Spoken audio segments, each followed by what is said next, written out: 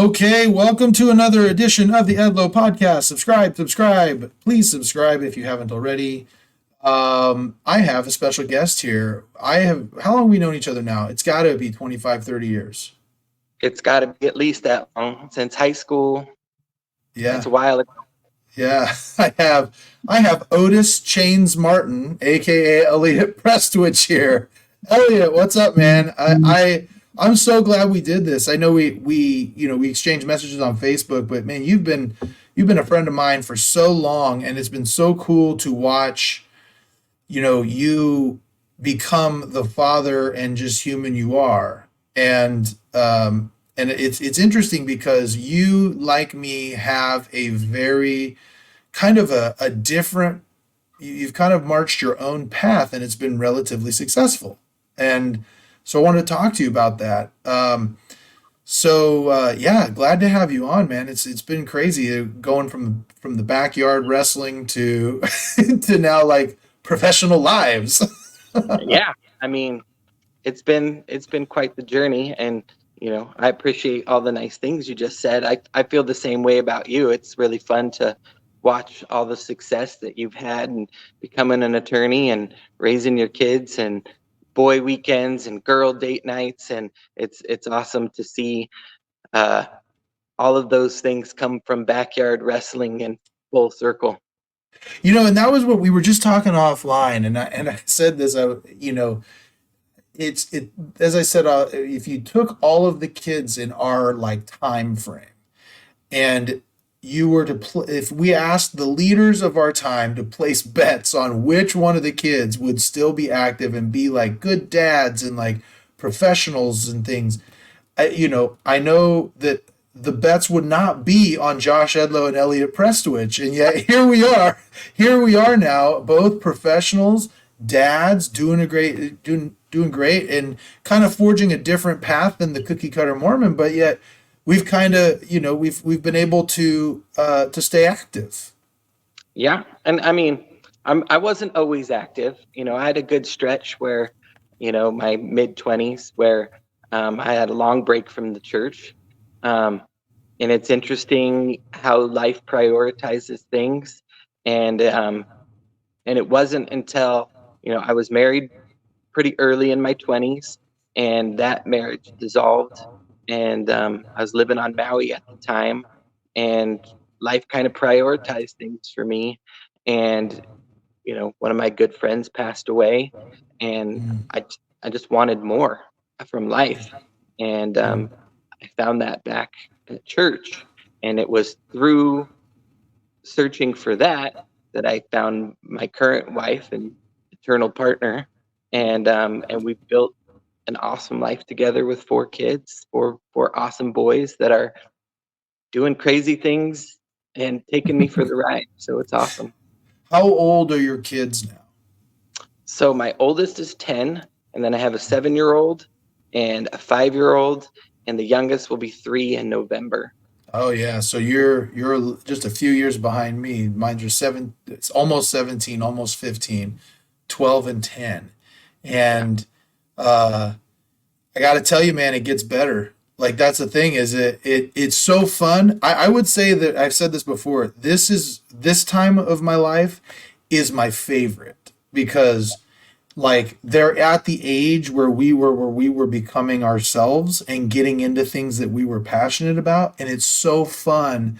Like my son Austin is, he's a lead singer in a rock band. He plays the guitar. He's in choir. Like I mean, you would love him because he's very artistic. My daughter is into theater. My other daughter is really into the arts and reading, and they're becoming people, like real people, not just your Yeah. kids. And it's so fun. And tell me what it's been like for you. I mean, you've had them now for 10 years. What has fatherhood meant to you? So, I mean, for me, it's an amazing journey, and it's an incredible responsibility to get these people ready for life. And Mm, when you start having kids, I don't think you realize that that's what it's going to be, and how much your world's going to change. And I feel like I blinked and my son's 10, and yeah. you know today was an awesome day. We had parent teacher conference this morning. Oh, us too. So we got an outside perspective on how your kids are doing, because even within your own home, you know, you have that relationship with them and they act different for you than maybe in the outside world. And it's really cool to see their teachers' perspective of the people they're becoming. And I mean, my 7-year-old son, had an amazing moment yesterday in school that I just couldn't be more proud of. They did an activity of would you rather in the classroom. And one side was, would you rather be super smart and not have to try at school? And the other side of the room is, would you rather have all the friends at school?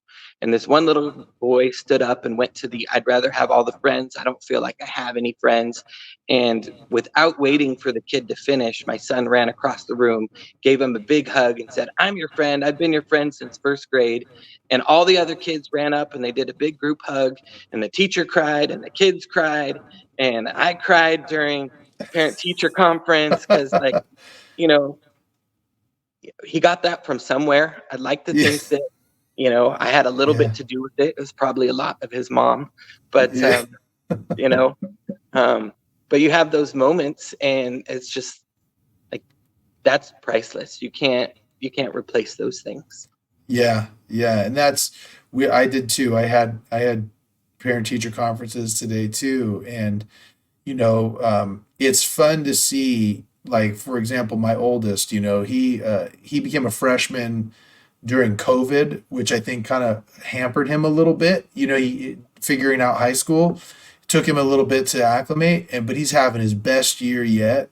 And so we're sitting there and we're like, I'm talking to these teachers, and every teacher is telling me they're grateful for this kid, and they're grateful for Lexi, and Piper's doing this, and they're just so. And I'm like, I'm sorry, you're talking about my kid, like it's like, what are they planning that I'm not aware of, like, and I just go, well, I now if I can just figure out how to get that into here with me, and I had someone tell me one time, they said, I don't measure my success with kids based on how they act with me. I base it on how they act with other people. Yeah. And so it's such a good time, like you said, to hear your kids are doing well. And even when they're not, you can still see the glimmers of where they're interested. Yeah. My oldest daughter pulled into one today, and she was just like, the teacher, it was a Latin class, and the teacher was like, you just seem like sometimes you're there, but you're not really there.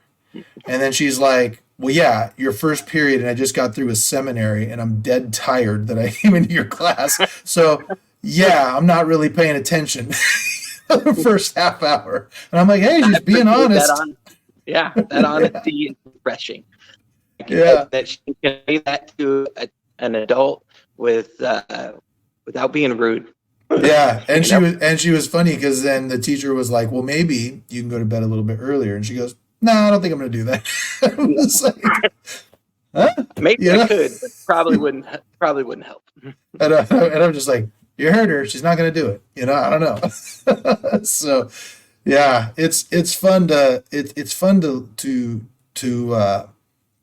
to watch these kids become real people, and I don't know if you feel this way, but I times am just scared to death that I'm going to screw them up. You know what I mean? Just, but yet it's so great to have this community, specifically in the church, that kind of rallies around them, especially when, if they struggle, and it's really great. We had that, I think, too. We had we were lucky to have a strong seminary group, that all kind of hung out together. Yeah. And so tell me now, Elliot, you grew up in Lincoln area, Loomis area, right?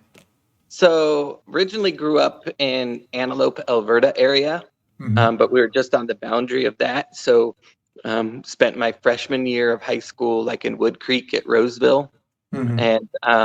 and then did independent studies through most of high school because I didn't really like regular school, which is why I Mm-hmm. got to spend so much time with you guys in Citrus Heights. Yeah. And so, just because my schedule was open. And Yeah. so, but like you said, the crew that we had in that part of town, um, it was unique, Mhm. and we had a lot of fun, lots of activities, good people to hang out with. The teepee wars were insane. So Oh man, it was funny. I've told the story about. Were you involved when we TP'd Byron Roop's house like 3 weeks in a row? Oh yeah, God, yeah. that was so funny. That was so great. He It didn't was so think so. fun. He did not think His so. parents did Well, not think so. no, no. Well, the third time was because I have to tell the story in case any of our friends are listening and or Byron listens to this. So the first time someone got caught, so we decided to go back the second time and really get him, right?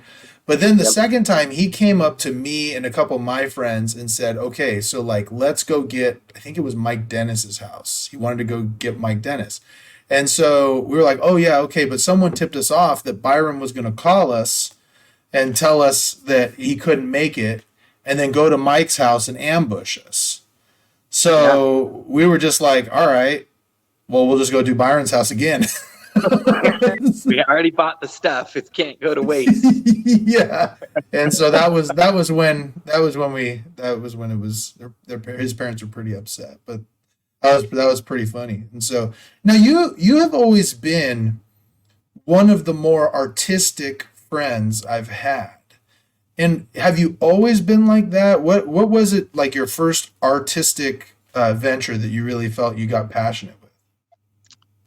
I don't know. My mom was always encouraging when it came to arts and outlets. So I've always drawn, lots of pictures, painted. Um, when I was 12, they got me my first electric guitar, so kind of noodled around with that. Um, but yeah, arts and entertainment have just kind of always been, what I thought I was gonna do. Um, where I've ended up is in arts and entertainment, but it's very much the admin side, not the performance side, which I Mm, thought would be more of the thing. Um, I still perform. I played guitar a few weeks ago with the Masters of Hawaiian Music, here in Boise. Um, but yeah, just started at a young age, and my mom was all about it. Just like, you mm, have a feeling, put it down on paper, play it in a song, get it out. Um, don't let that swell up inside of you. So it's always been, a good coping mechanism for me for a lot of things. mm, And so mm, that's kind of, I think, why it's been present. Um, and it's really come full circle in the last, probably 4 weeks. Like I got to play with the Masters of Hawaiian Music, um, and then I got called as the, primary chorister. So I start that gig on Sunday. nice, So nice. maybe I can help some kids love music too. So Yeah, that's awesome. I'll tell you, I did a stint in primary about 2 years, and the funny thing is then when you start going to the church activities, you don't know the parents, you just know their kids. So yeah, I did that one time. I moved into a new area, and they immediately put me in, and then because of my size, they put me in with like the rowdiest class, which I'm like, these are my people. It's fine. I can handle it. And so, but I remember going to like an elders quorum party and being like, oh, you're so and so's dad. You're so and so's dad. Okay. You know what I mean? And that's how you know everybody at that point. yep, yep. So that's So, fun. And your wife is also pretty musical as well, right? yep. So my wife graduated from Sac State with, two bachelors and a master's. A bachelor in vocal performance and bass clarinet, and then a master's in vocal performance. And Mm. she's an opera singer. She's toured all over Italy, sung for Sacramento Opera. Um, and she has a company here in Idaho called Gemma Arts, and they Mm. do a lot of operatic performances and bring people over from Europe. And she just did a stint in New York in April. So yeah, Wow. pretty musical family at this point. Yeah. Yeah. Now, so tell me, do you kind of I don't know. I asked this question really because I've been kind of pushing Austin. He's quite a he's quite a musician himself, and he wants to be involved in music. And I recommended, why don't you learn sound engineering? Because the money is in the producing, right? That's where you kind of make a lot of the money, and that way, even if it doesn't work out, you don't become a rock star. You can still work in the industry. Do Yeah. you ever feel as though being the admin, do you kind of begrudge that, or do you really enjoy that? I think it's a little both. Hmm. Um, sometimes I wish I would have pursued the music side and released some albums and done more performing.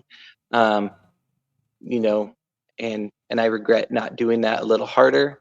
But the people I was working with, they needed my talents elsewhere. Um, and so getting into the marketing side and building websites and selling tickets to shows, um, I just kind of fell into this groove. And then, like I said, you blink and it's 10 years later. Um, Yeah. and so what started as running social media for some bands and selling tickets for their tours and doing some management turned into a partnership with a promotion company, and now is a venue management company, and we're promoting shows from Spokane all the way down to San Diego, and we're managing the Crest in Sacramento and the Egyptian Theater in Boise. And um, Hmm. I've seen lots and lots of great shows, and you know what I'd say to Austin is, you know, learn the production side of it so that you can produce the sound that you want. And if that turns into an awesome music career and you like the touring lifestyle, because it truly is a lifestyle, um, run with it. But if not, you will have tools that you can still take care of yourself and a future family, and those skills will pay the bills. Yeah, it's funny you bring up the touring lifestyle because I similarly sometimes, not that I regret, I have a great life. Like, obviously the being an attorney, this has been a great run, and I've really enjoyed it. And, I'm passionate about it and I do very well. But there's a part of me that always was like, what if I had, pushed a little harder on wrestling? Could I have made it? And I did I did a tour with Impact, and I was there with all my, all the, like, Jeff Hardy or Rob Van Dam, Yeah. big, all those guys.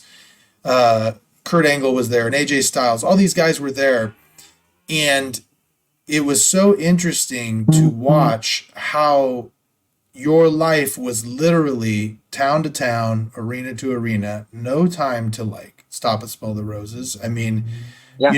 and it was you, like you said, it's a lifestyle. And I was like, I remember thinking to myself, because my kids were young at that time, and it was a 10-day tour, so it wasn't super long. But I remember going like, I would never see my kids. I'd watch them grow up over FaceTime, you Yeah. know, and it made me kind of grateful. And I actually just did a podcast with Tito Santana, the WWE Hall of Famer, and I Yeah. asked him, I asked him, I said, would you do anything differently? And he goes, oh, if I had to do it again, I'd have never gotten into wrestling. I'd have done something else because I missed so much with my kids. And, and, and and it's that way for music too. Is people go, oh, you're all over the world, you're doing this stuff, and you're in a town for 16 hours. Like, you pull in the morning, you're tired from the night before, you set up your show that night. Maybe you see a restaurant that near the venue you're playing, maybe you don't even see that. um, if it's a big tour, you're just on a tour bus, you're not even getting a hotel. and mhm. um, and you do that for 3 months, 4 months in a row. um, that's It's a lifestyle, like you said. You Yeah, sacrifice things if there's people at home, or you never get to create those things because you're not in one place long enough to do it. man. So the knowing yourself, um, is there a part of you that you think you would have enjoyed that lifestyle? um, I think at one point, before I met my current wife and had kids, that it was a possibility.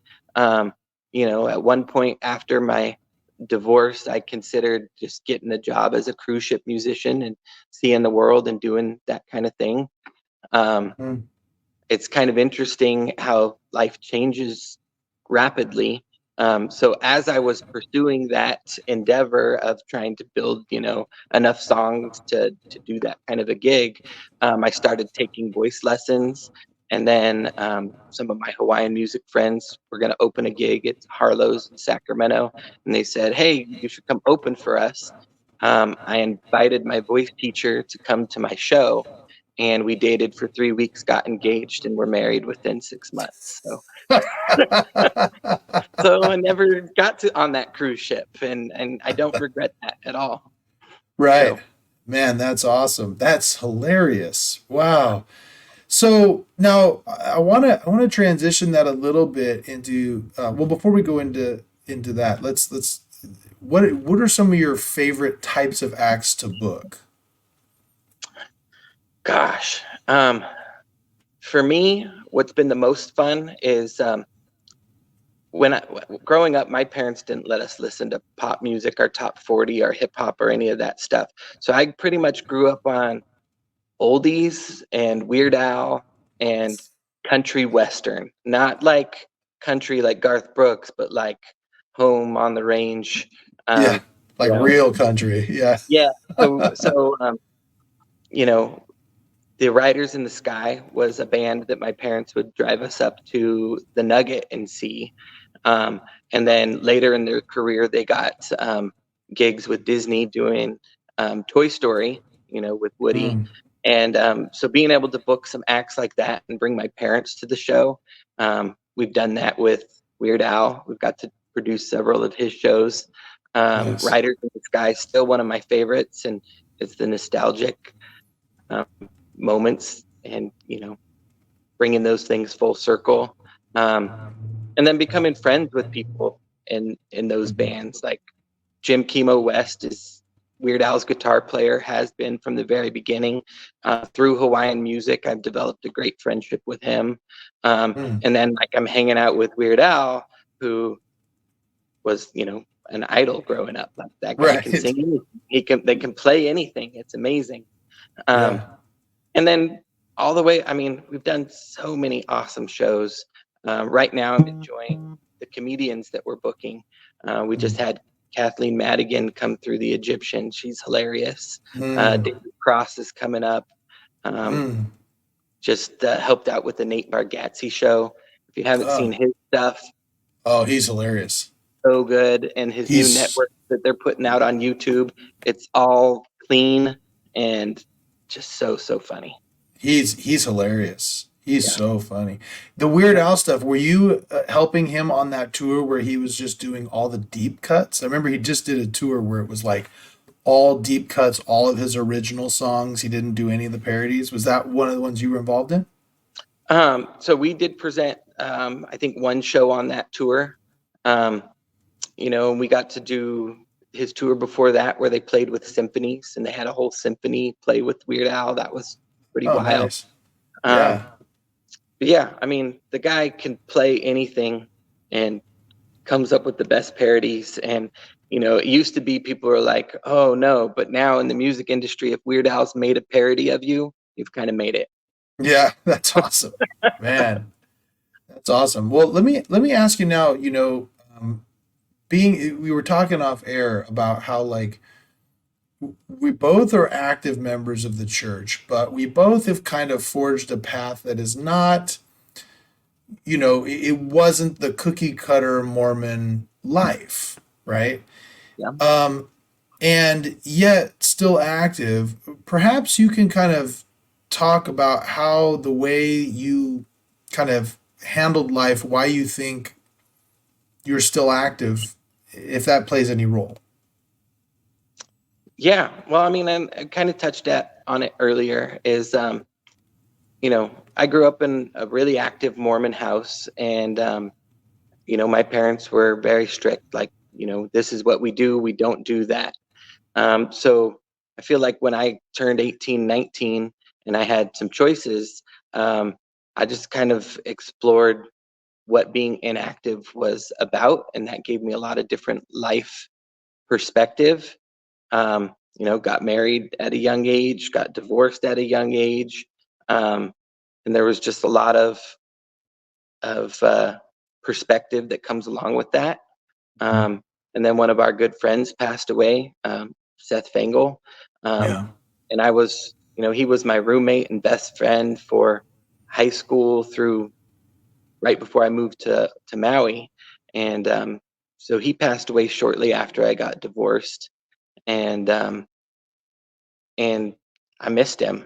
And I think he probably played the cruelest joke on me that he possibly could.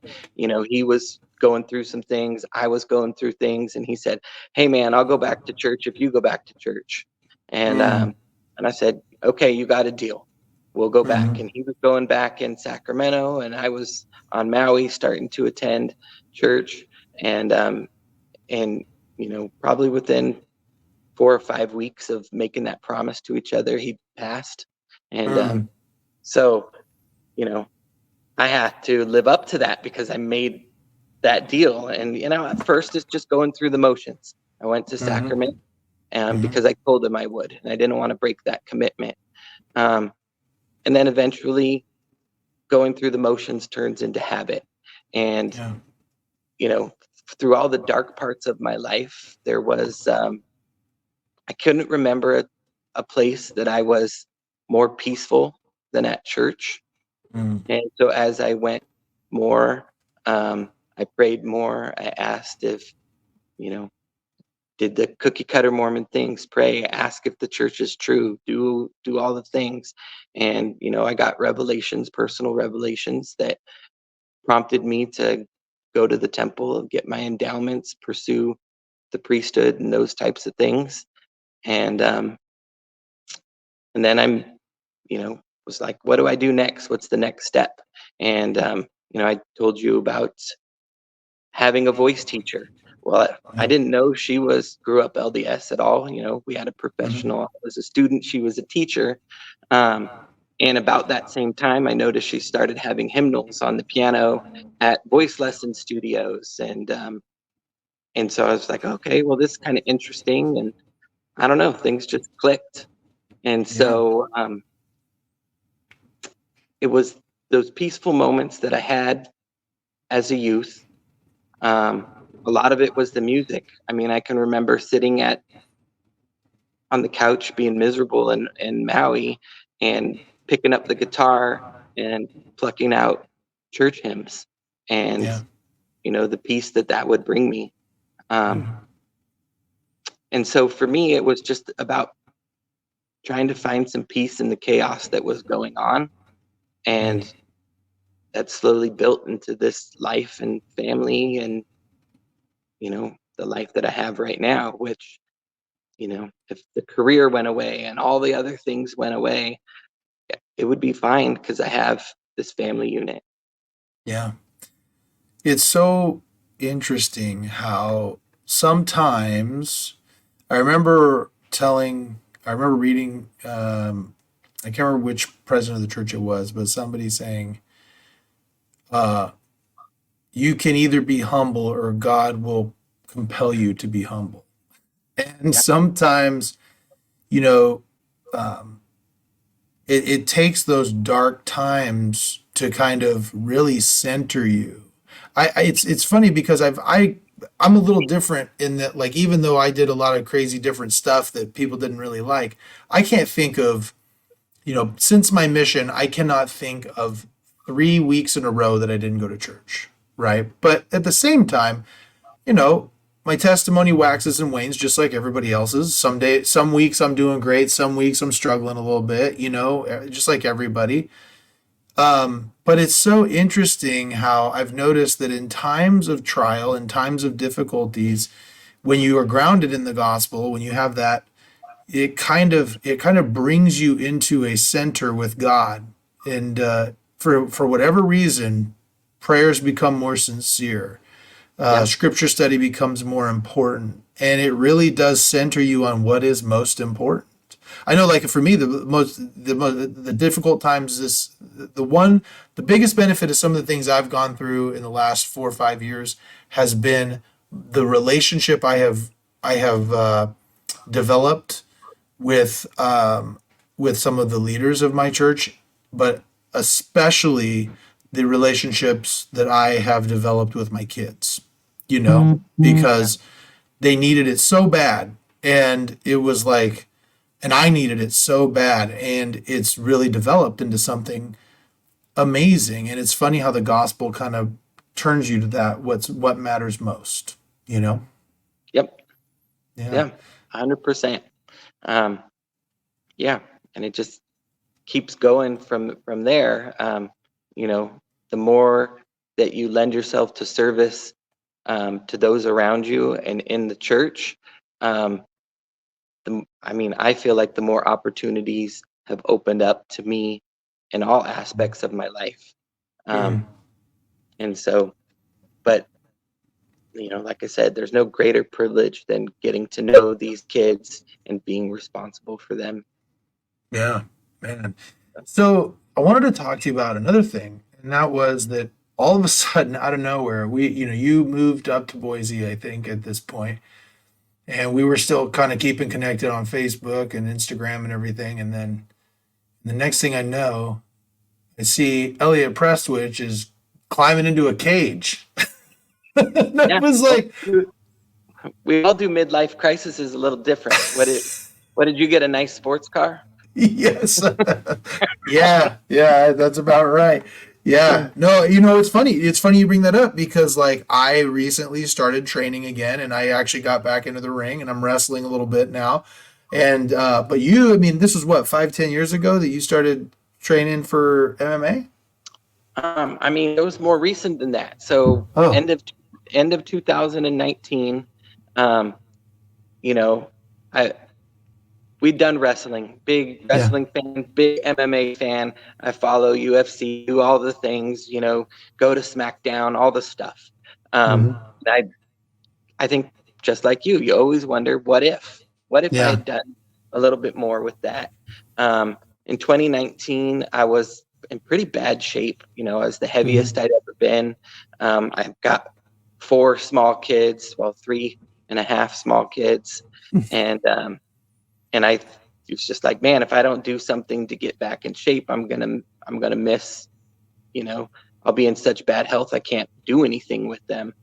Um, I've never really been a sports fan. You know, you love basketball, but I never played it much, never watched Hmm. it, never did football or soccer or baseball. But I like fighting. Fighting's interesting to me.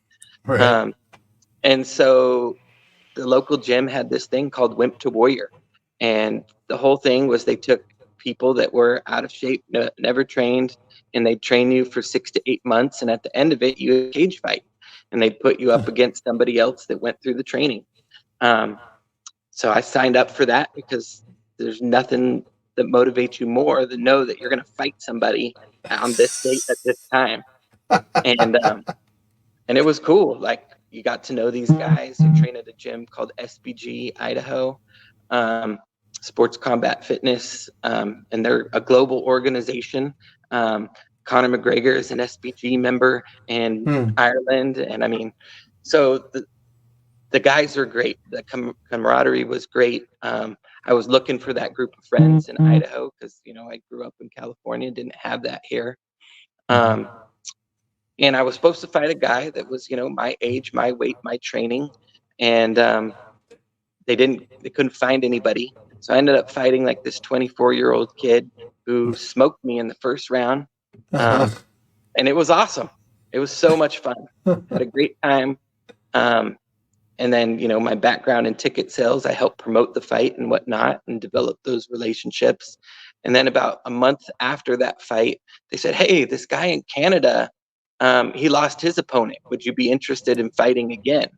And I didn't take too much damage from the first Hmm. fight, and I wanted to Hmm. kind of redeem myself. And I thought, if Hmm. I could fight in another country, I'd be an international cage fighter. So, Right. so I took that fight, and awesome experience. You know, Cage Rage was the promotion, and you know, fight was going well. The guy had a lot more wrestling experience than me. Um, Wiggle wobbled my knee the wrong way, blew the ACL.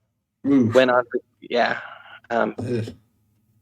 didn't. I mean, I knew something happened in the fight, but you know, Yeah, it's went so through me. funny. So Yeah, see, the thing is I understand what you're saying, but someone's listening to this and they're like, "Wait a minute, you jacked up your ACL," and you're like, "It was awesome." yeah, I'm it like, was. It was so yeah, cool. And people don't people don't get it, right? Like they don't understand the thrill of just like whether it's a cage or a ring or whatever, getting in there in front of a bunch of people and putting on a performance like that yeah, where where it's just you and your performance is going to rise and fall on you. There's a thrill to that you yeah. can't get anywhere else. And the guy I fought, I'm still friends with him. He's a pastor from Canada, and he was fighting in front of his congregation. It was so much fun. Um, Man. and you know, so after the knee surgery and recovery, basically we hit COVID, and so that Mm. kind of abruptly stopped fighting. But I've still got people here around me that go, "You got one more in you. You should do one more. Do one more." Is And your wife one of those? she supports me 100% because I went from being pretty unhealthy to having a lot better habits. And she Yeah. says, if that's what it took, then that's what it took. Now, Yeah. my mom, on the other hand, is like, I can't believe you let him do that. So, As moms would. yes. Yeah, man. Did your kids get to come watch any of that? So no, they came. They didn't come to the fight in Idaho. My wife came with my father-in-law to that fight, and then Canada, I was just up there with my coaches. Oh, okay. All right. Yeah, But man, you can watch that's me get my butt kicked twice on YouTube. So nice. it's Awesome. awesome. Yeah. Man, so let's I want to talk to you. You mentioned Seth, and I want to talk about him a little bit because he was a special guy. Yeah. And uh, talk to us about Seth a little bit. Tell us about first of all, he had some health issues. Can you maybe explain what health issues he had and just kind of what kind of a guy he was? Yeah. So I mean, Seth was the type of friend that he had so many friends, but every single person that was his friend felt like they were his best friend. That's just Hmm. the type of person that he made you feel like there was nobody else but you when you were hanging out with them. Right. Um, and he was born with a rare blood disease, Black Van Diamond. And from a young age, they told him and his parents that he wasn't going to live and he wasn't going to survive, and that, it was 3 months, it was 6 months, it was not going to last this year. And Yeah. he just persisted and fought through all of that. He had some birth defects where he didn't have all of his fingers. Um, he had a messed up neck because of his disease, and despite all of that and the challenges that he faced, he just took life by the horns and made the best of every situation. And I don't think there's a person that ever met him that didn't just love Seth. Yeah.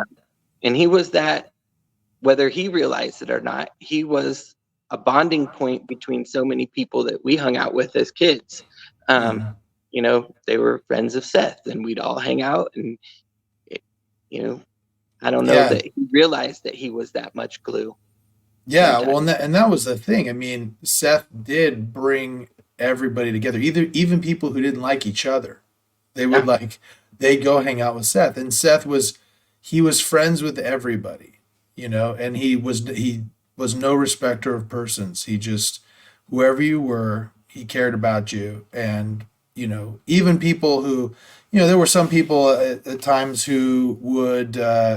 Not to his face, but make fun of him or do things, and he would still love him and be friends with them and just be such a good guy.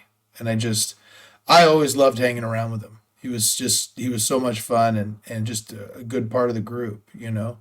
And tell me what that meant to you to have him in your life.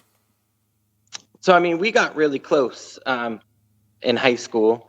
Um, you know, um, when I was hitting a rough patch at home with my parents, I'd go to his house and crash in his garage, and we would hang out, and vice versa. He'd come to my house and hang out, um, and we just got really close. Mm-hmm. And for me, it was, I mean, he was a good example of how to approach life. And you're going through these things as a teenager, and you don't realize what you're seeing.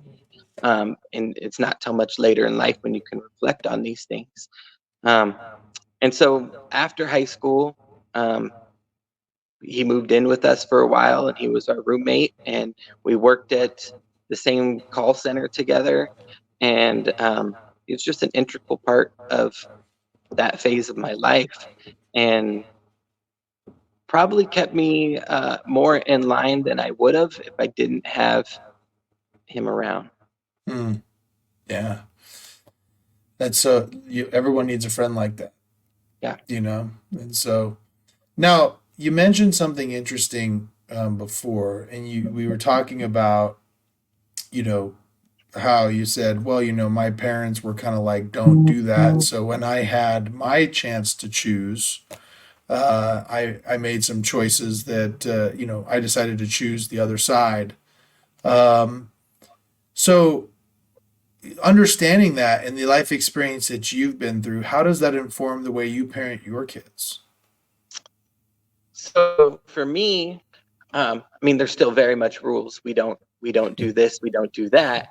Right. But I don't feel. I mean, we tell them about the other side. We show them, these are the consequences of your action.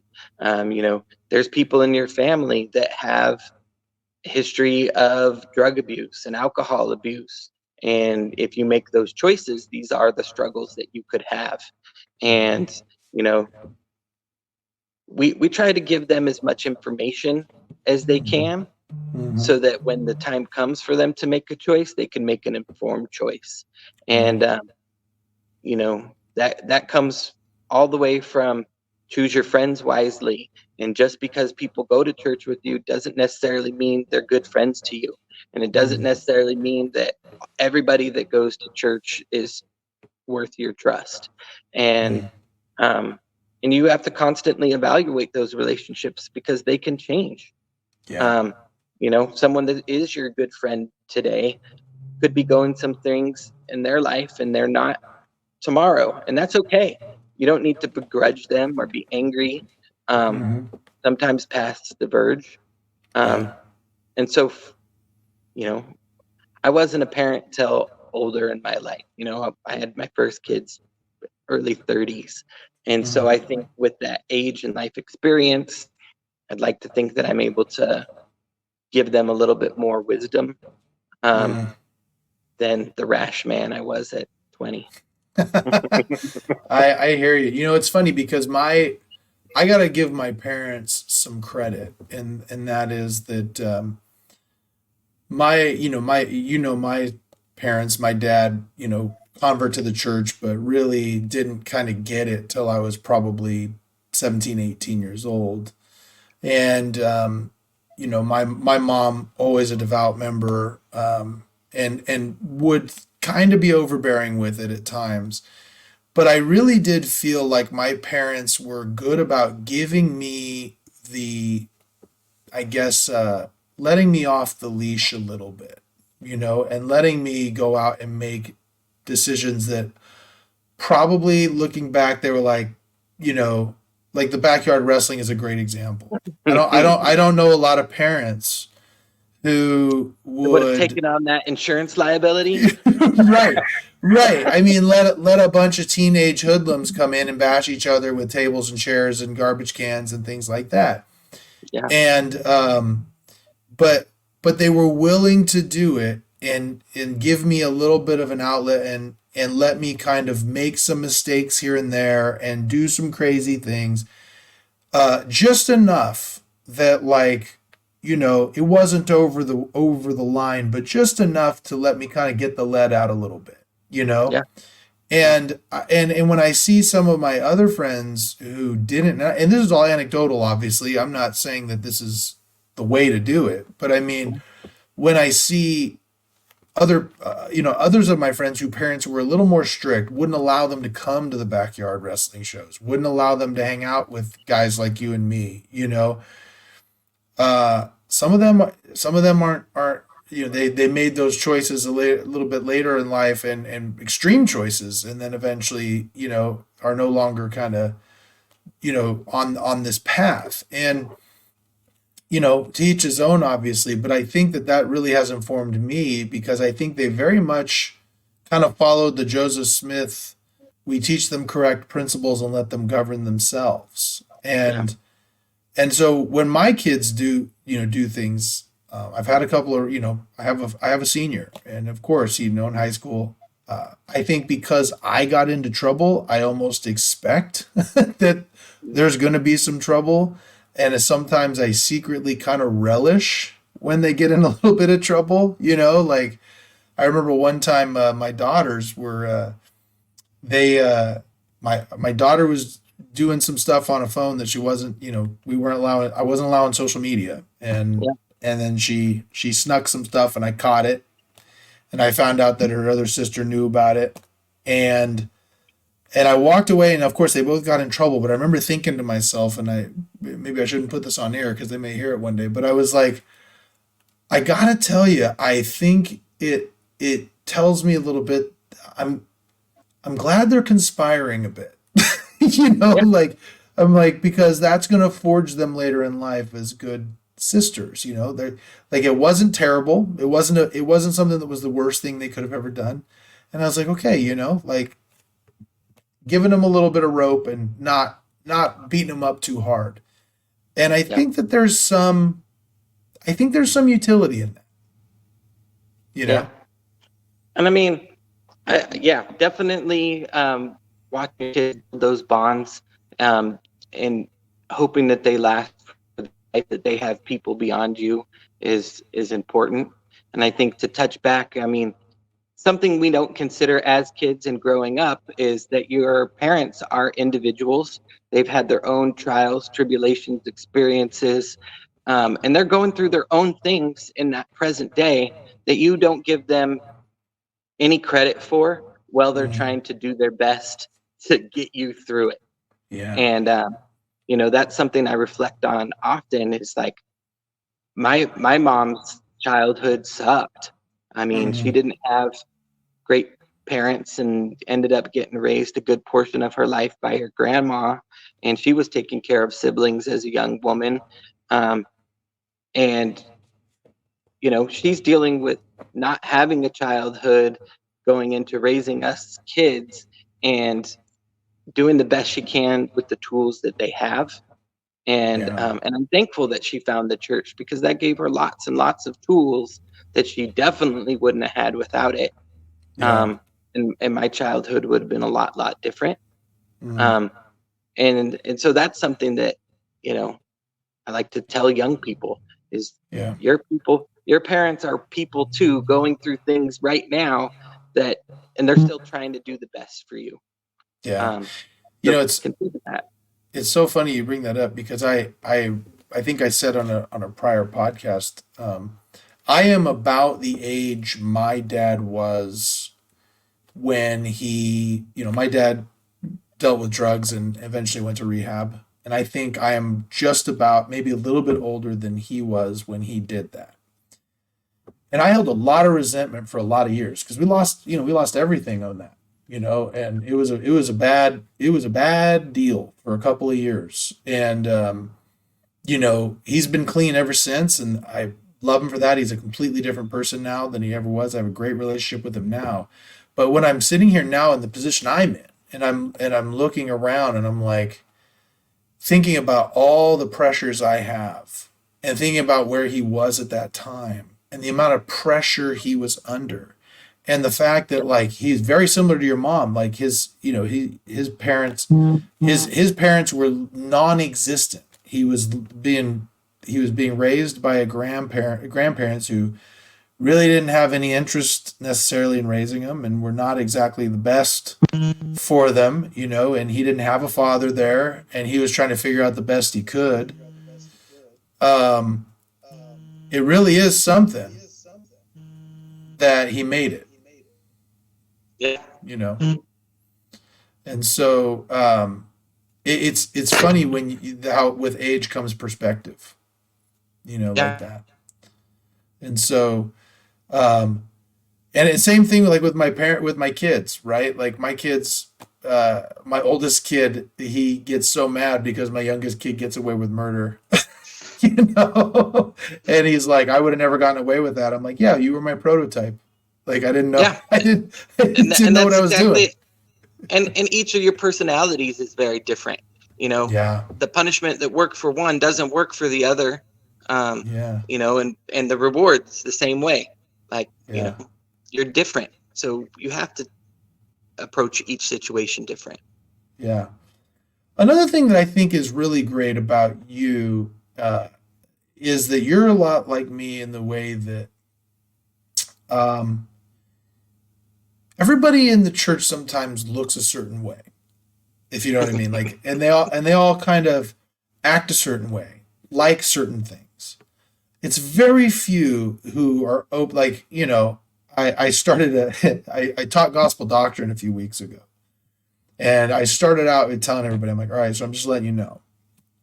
It was like, I prepared this lesson while I was wearing my Pantera Cowboys from Hell t-shirt. It was like when I got at the concert, that may or may not have been on a Sunday. It was like, Yep. so I'm just letting you know there's not a lot of spirit going to be in this lesson. Anyway, let's move on. And it's just like there's not a lot of people that are openly like into the things that we're into.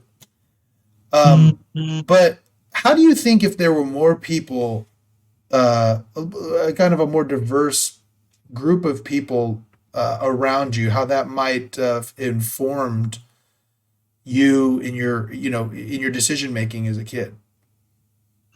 I mean, I'm not sure about diversity as a kid and how that would have shaped me.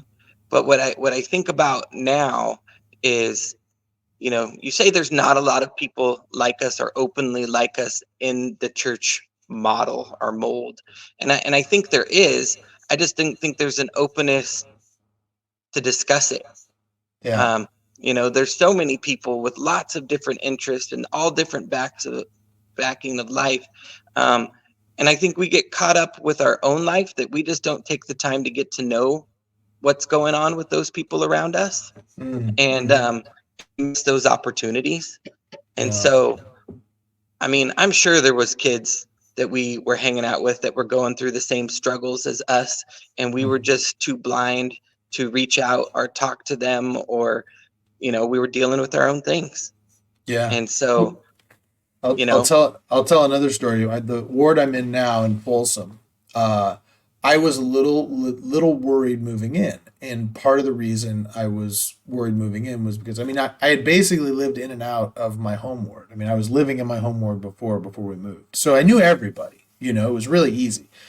yeah, And so we moved to this new ward, and it's it's in Folsom, nicer area. You know what I mean? And I was like, oh man, I don't know how I'm gonna fit in here. Like I love Metallica and pro wrestling and fight sports and crude humor. I don't know how these people are gonna. And yeah. immediately you'll walk in and there's these two guys. I don't know if you ever met. Did you ever meet the Ballantines? I don't think you did. They probably weren't around when you were still No, here. I don't But think I did. Jake and Kenny Ballantine, and Kenny had like a purple mohawk, and and Jake, he's just a motivational speaker. He's been on the podcast, but they come up to me like week two, and they're like, "We heard you were an indie wrestler," and I was like, the fact that you even know what an indie wrestler is impressive. Tell me more, And they Yeah, and then they're like, we know all about indie wrestling. We went to PWG in Southern California and all this stuff, and we love this and that. And I go, whew, okay, I can hang here. You know what I mean? Like, yeah. and from there, I met more people who had similar interests. And now the thing is that like I have the thing that I find so interesting about that was like I feel like I have a strong enough testimony in the church where it doesn't really matter whether I fit in or not. I'm gonna go. You know what I mean? Yep. Because that's just always been the way it has been. But I think of people who like in your situation when you're first coming back to church, right? Like where you're kind of like going through the motions at first and not kind of feeling it out. It's so important to have people like that. I feel like to let them know that like you're not that far, you're not that far off. You know what I mean? You're one of us. Does that make sense? Yep. Yeah. And so, what do you think we could do as members to kind of maybe promote that a little more? I mean, it's really just as simple as saying hi and inviting someone to sit with you. Yeah. Um, you know, if people are there for the first time, that's all they're looking for is a familiar face or someone to become that familiar face. And I mean, even if they have been to church before and I've recently come back, um, you know, get outside your own bubble. Mhm. Yeah, we all have things going on, um, but you really just have to be friendly. Yeah. You know, Um, it, oh, let's finish what you were saying. yeah, I mean, we recently had a young man who, you know, he was working for me at work, at the theater, and someone from my ward invited him to come and listen to a musical number. And when that person went up to the stage to sing, like they were alone, so we just said, "Come on over here, and sit with us," um, and that meant the world. You know, it was Yeah. just someone comfortable to sit with. It can be as small as that, or Yeah. saying hi and shaking a hand. Yeah. Well, and that's that's so important, and I wish more people would do that. Even especially to the people who maybe come in and they don't quite fit that mold. Because the thing is, it's interesting. I've been in a bishopric before, and I've been as an elders quorum president. And what I notice is even though they all look the same, nobody really fits the mold.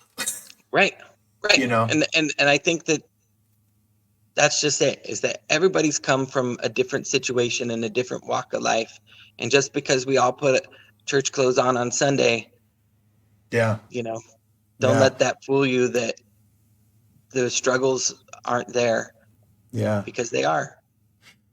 Could you tell me if you've had any experiences, being a divorced member of the church that's actually becoming more, I guess, it's starting to become not as rare, if that makes sense. I mean, Yeah. it's still rare, but not as rare. There's probably a few in every ward now. But being kind of a blended family like that, um, have you do you ever have occasion or have you where you felt a little out of place? I haven't, just because, my situation's a little different. Mm-hmm. I got married young, divorced young, didn't have kids. So Mm-hmm. when I came back to church as a young or an old single adult, it was fresh and brand. And I don't think anybody around us would know the difference if I didn't tell them. Mm-hmm. Mm-hmm. Mm-hmm. And so I haven't really experienced that. Um, but I do think you're right. I do think it's more common. I do Mm-hmm. think that in the 80s and 90s when we were growing up, that it was taboo, you know, Yeah. like, you know, people thought something was wrong with you if there was a divorce, and that's just simply not the case. Um, is Yeah. that, at the end of the day, Heavenly Father wants us all to be happy, and he gives us the parents he gives us for a reason. Um, Mm-hmm. and sometimes those parents' paths diverge, and Mm-hmm. that's okay, because there's a new path that can be formed, and and eventually we'll all have the eternal perspective that we need to see why that was the case. Yeah. It's funny. I actually just had a conversation. I got a random call from my mission president. He just called me out of the blue. And he just checking up, and which I think is so amazing considering it's been over 20 years since I've been a missionary, and he still calls and checks up, and And he Yeah. called and just seeing what was going on, and he said something really interesting about divorce. He said he is now married to, I think, President Hinckley's daughter, it's someone who's very close to President Hinckley. And he said he one time heard President Hinckley tell a member of the church who was divorced. He said there are worse things in the world than being divorced. you Yeah. know, and but you're right. Like, there are some people out there who still kind of think of it as a taboo thing, or, oh, what happened, kind of. And it's hard. I don't think people understand how hard it is, for people. I have, there's blended families in my ward, and hearing them say how, sometimes they feel a little, that like they're a little, not set aside, but kind of almost second class citizens at times, Yeah. because people kind of judge them about that. And, but they're some of the best members of the church I've seen. I have so much respect for people who have gone through that and still continue to go, because I know how difficult it is to sit there when your life doesn't look like everybody else's, and hear the things that you hear at church that are not bad things to hear, right? Yeah. But like, if someone gets up there and bears their testimony and says how grateful he is for his wife that he's had for 60 years, that's not a bad thing, right? But when you're sitting there alone and you're like, I may never have that. It's hard to hear, and the fact that people are willing to, that they do that, I have so much respect for them, Yeah. and that, I mean, and so, like I said, I think the fabric of the congregation has changed a lot in our lifetime. yeah. Um, things that people didn't used to talk to, talk about, they're talking about more. Mm-hmm. And I think that the church as a whole is a lot more inclusive, from family situations to sexual orientation. And, there's a place for everybody. Yeah. Um, Sometimes I feel like we get lost in the people and the culture, and Mm, we lose sight of the doctrine and the saving grace. And I think that yeah. that's where most people fall away is, Mm, we're hard on ourselves, more hard than anybody else. And 100%. because we're so hard on ourselves, we lose sight of what the Savior has to offer. And I think Yeah. that that's, unfortunate. And we need to Yeah. find a better way to bridge those conversations so that those people don't feel lost. Mm, yeah. So let me Um, ask you another question real quick. Sorry I to got to interrupt. tell you that I've been a bad guest, and that I'm doing this from my phone, and I now have 4% battery. Oh, okay. Well, we'll cut this short. Let me ask you a couple. Let me ask you a couple of questions I ask everybody then. Yep. So, for first question, what would you say is your biggest success in life? Oh, definitely my family and my kids. Yeah, Um, like I shared the story about my son at school. Like, to me, that's the definition of success. I help create a person that is aware of other people's feelings and is making them feel important. definitely. What would you say was your biggest failure in life, and what did you learn from it? My biggest failure is um, taking what other people had to say too much to heart, and Mm, letting them affect my choices um, when I shouldn't have done that. You yeah, know, I let yeah. other people's outside influences and opinions affect what I knew to be true, Mm, and and that led down some dark roads. yeah. So, last question. One day down the road, you're going to pass away, and when you are, there'll be a funeral, and someone will give your eulogy. What's the one thing you hope somebody says about you in your eulogy? I mean, I want it to be just like Seth's funeral. Every person that came up said, Seth Fengel's my best friend. And, you know, if you can make people feel like that and remember you like that, then you've lived an accomplished life, no matter how much money or what job position or church calling or anything. If you've touched one person in that way, your life has been meaningful and successful. Definitely. Well, Elliot, it's been awesome to talk to you about these things, and it's been great to watch. It's so cool to see where everybody's ended up, and you've ended up in a great place, and I'm proud of you. I'm proud of you Thank you. because I've been there. I was there when you had some of those dark times. I saw some of the ups and downs, and you've just turned into an amazing person, an amazing father, amazing husband, and you're an example to me, and I'm proud of that. I'm proud of you. I really am. Well, I feel the same way about you. It's been fun to watch the journey, and maybe we'll have to do a 50-year-old grudge match. We will have a return. Right on. All right. Well, for everybody who's been listening, subscribe if you haven't already. We have a lot more fun coming up. Elliot, we'll have to do this again. I really appreciate you coming on. So, Awesome. Thanks, Josh. right.